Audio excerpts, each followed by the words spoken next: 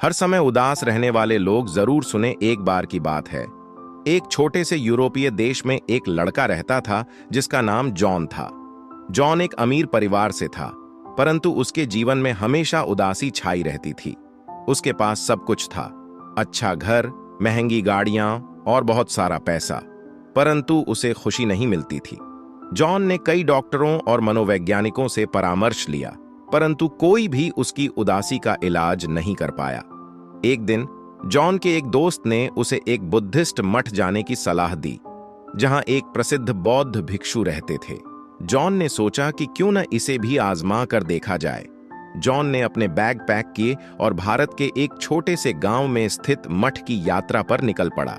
मठ पहुंचने पर उसने भिक्षु से मिलने की अनुमति मांगी। भिक्षु ने उसे देखकर मुस्कुराते हुए उसका स्वागत किया और उसकी परेशानी सुनी। भिक्षु ने कहा, अगर तुम सच में अपने दुख से मुक्त होना चाहते हो तो तुम्हें यहां कुछ समय बिताना होगा। जॉन ने सहमति दी और मठ में रहने लगा। उसका जीवन पूरी तरह से बदल गया। उसे सुबह जल्दी उठना होता, ध्यान करना होता और दिन भर मठ के कामों में मदद करनी होती। पहले कुछ दिन जॉन के लिए कठिन थे, परंतु धीरे धीरे उसे इस जीवन का आनंद आने लगा। भिक्षु ने जॉन को एक दिन एक सरल गहरा सबक सिखाया।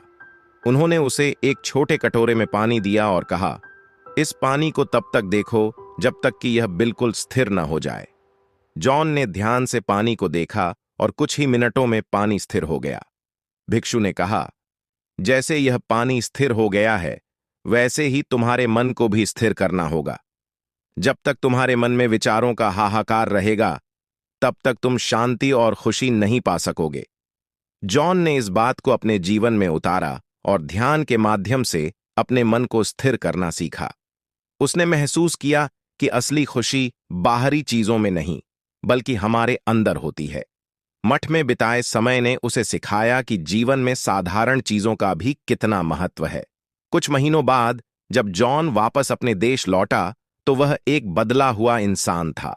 उसके चेहरे पर एक शांत मुस्कान थी और उसकी आंखों में एक नई चमक थी। उसने अपने दोस्तों और परिवार को भी ध्यान और आत्म शांति के बारे में सिखाया और उन्हें भी अपने जीवन में संतुलन और खुशी लाने में मदद की। इस तरह एक विदेशी लड़के ने एक बौद्ध भिक्षु से जीवन का सबसे बड़ा सबक सीखा और अपनी उदासी को खुशी में बदल दिया। ये कहानी हमें सिखाती है कि सच्ची खुशी और शांति हमारे अंदर ही होती है, बस हमें उसे ढूंढने और समझने की जरूरत है।